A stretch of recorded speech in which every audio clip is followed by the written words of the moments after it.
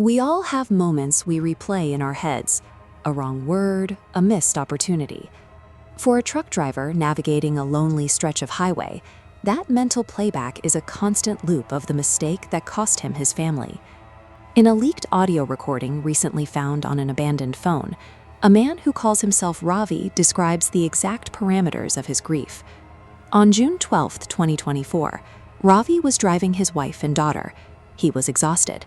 He took a phone call, looked away for 2 seconds, and a truck hit them. He survived. They didn't. Since that night, Ravi has kept driving.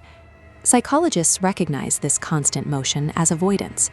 Avoidance is a coping mechanism where a person constantly stays busy or physically relocates to outrun the sudden silence where their trauma waits.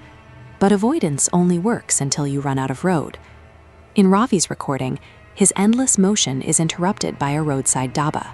Suddenly, a neon sign cuts through the darkness. One More Night Cafe, open when you need it. Inside, a waitress brings him chai and makes an impossible offer. The diner has a physical back door. If Ravi walks through it, he will be back in the cab of his truck on the night of June 12th. He gets one chance to ignore his phone, keep his eyes on the road, and rewrite the outcome. His reaction is pure instinct. He stands up and walks toward that door. When you are crushed by a sudden, devastating loss, the primal human urge is to grab at any lever that promises an instant reversal.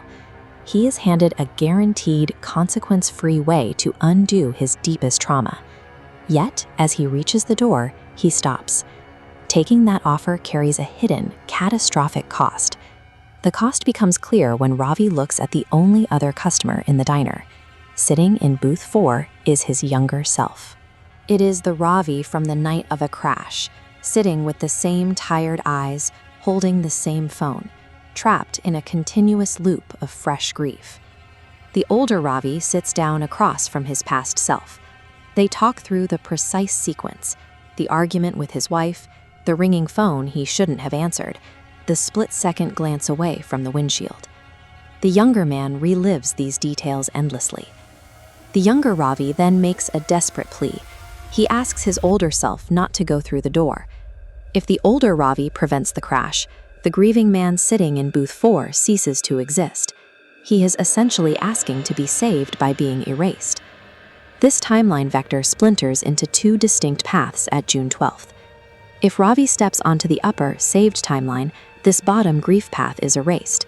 Every subsequent survival mechanism built over the last 2 years is instantly invalidated, dissolving into static. Fixing the past is never a clean rescue mission.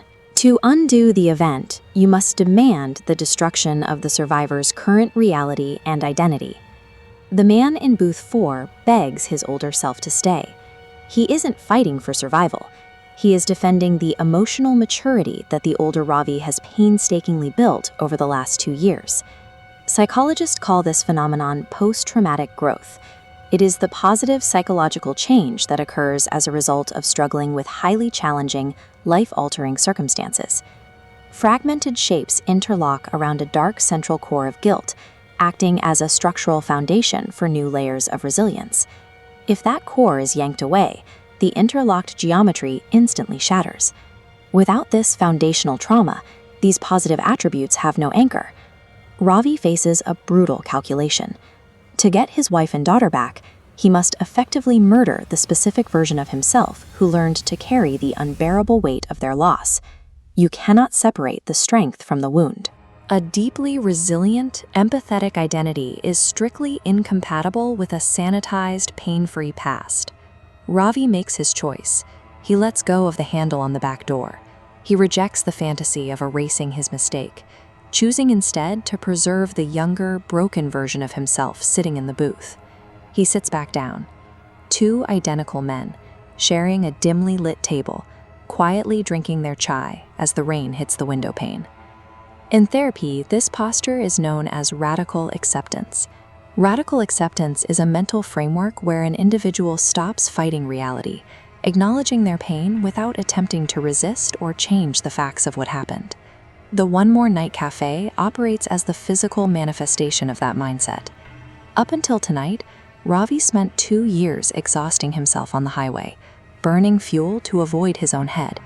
Now he makes the proactive, grounding choice to stop running and simply sit alongside his pain. Healing transforms a tragic memory from a destructive force that must be outrun into a quiet companion that commands respect. On the leaked recording, Ravi's voice eventually trails off. We hear the soft clatter of the diner, the rain on the roof, and finally, the sound of a distant truck horn. He is getting ready to face the road ahead, with his guilt entirely intact. If we successfully avoided every terrible mistake, we would never meet the people we are today. Some regrets have to remain unerasable. Carrying their weight is the ultimate proof of the person we fought so hard to become.